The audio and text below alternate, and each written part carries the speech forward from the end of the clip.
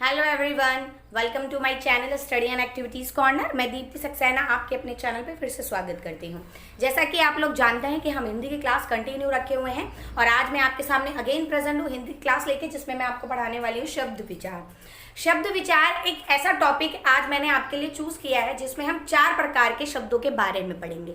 Right, तो उससे पहले मैं आपको यही बोलना चाहूंगी, अगर क्लास अच्छी लगे तो लाइक जरूर कीजिएगा। अगर आप मेरे चैनल पे नए हैं तो सब्सक्राइब कीजिएगा और बेल आइकन दबाइएगा नोटिफिकेशन के लिए, और क्लास को पूरी देखिएगा क्योंकि ये क्लास आपके लिए बहुत ही इंपॉर्टेंट होने वाली है। राइट, तो चलिए इंट्रोडक्शन स्टार्ट करते हैं। सबसे पहले मैं आपको बताऊंगी शब्द विचार क्या है। शब्द विचार 2 या 2 से अधिक वर्णों से बने ऐसे समूह को शब्द कहते हैं जिसका कोई ना कोई अर्थ निकलता है। ये सभी लोग जानते हैं कि हम वर्णों का ऐसे इस्तेमाल करें कि कोई ऐसा शब्द बने जिसका कोई अर्थ निकले। बिना अर्थ निकले हुआ शब्द का कोई मायने नहीं होता है। इसलिए इंग्लिश में भी यही है, हिंदी में भी यही है। ऐसे अल्फाबेट्स को मिलाकर एक वर्ड बनाना जिसका कोई मीनिंग निकलता है। उसी तरीके से हिंदी में है कि ऐसे वर्णों को मिलाकर शब्द बनाना जिसका कोई अर्थ निकलता है, वो शब्द विचार कहलाता है। राइट, अब मैं आपको बताऊंगी कि शब्दों को 4 भागों में वर्गीकृत किया जाता है, यानी कि इसको 4 भागों में। तो चलिए आप देख लेते हैं कि शब्दों को कितने भागों में बांटा गया है या उसका कितना वर्गीकरण किया गया है। शब्दों का वर्गीकरण 4 वर्गों में बांटा गया है इसको, यानी कि 4 भागों में बांटा गया है। पहला है अर्थ के आधार पर, फिर दूसरा प्रयोग के आधार पर, उत्पत्ति के आधार पर और रचना के आधार पर। ठीक है, तो देखो ये टॉपिक जो है इतना इजी नहीं है, इसको समझना पड़ेगा आपको, क्योंकि अर्थ के आधार पे भी इसके भाग हैं, प्रयोग के आधार पे भी इसके भाग हैं, उत्पत्ति के आधार पे भी इसके भागों के बारे में बताया गया है और रचना के आधार पे भी इसके भागों को बताया गया है। तो आज हम इस क्लास में सिर्फ ये जानेंगे कि अर्थ के आधार पर शब्दों को कितने भागों में बांटा गया है।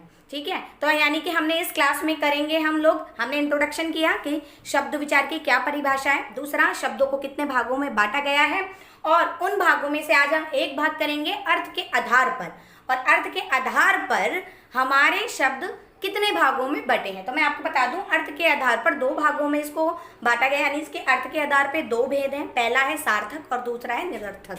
ठीक है, तो चलिए अब वो क्लास देखते हैं, उसमें मैं बताती हूँ कि कैसे हम लोग अर्थ के आधार पर शब्दों को अब देखते हैं कि अर्थ के आधार पर कितने भागों में शब्दों को बांटा गया है। पहला है अर्थ सार्थक शब्द।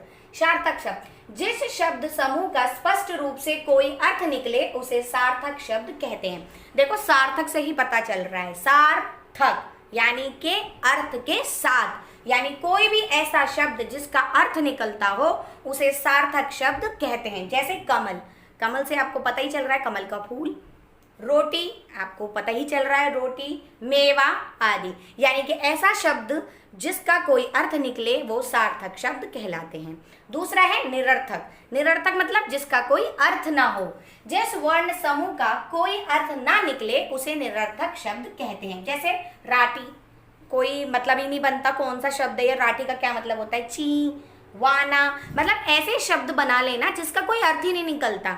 ठीक है, उसे हम निरर्थक शब्द कहते हैं। और ये किस समूह में आते हैं, ये अर्थ के आधार पर में आते हैं। राइट, तो आज हमने ये जाना कि शब्द विचार क्या है, शब्द विचार में परिभाषा क्या लिखी जा सकती है, शब्दों को कितने भागों में वर्गीकृत किया जा सकता है, और उनमें से अर्थ के आधार पर शब्दों को किस समूह में रखा जाता है, यानी कि अर्थ के आधार पर कितने भागों में शब्दों को बांटा जाता है, सार्थक और निरर्थक। और बहुत आसान और इजी और सरल भाषा में मैंने आपको समझाने की पूरी कोशिश करी है।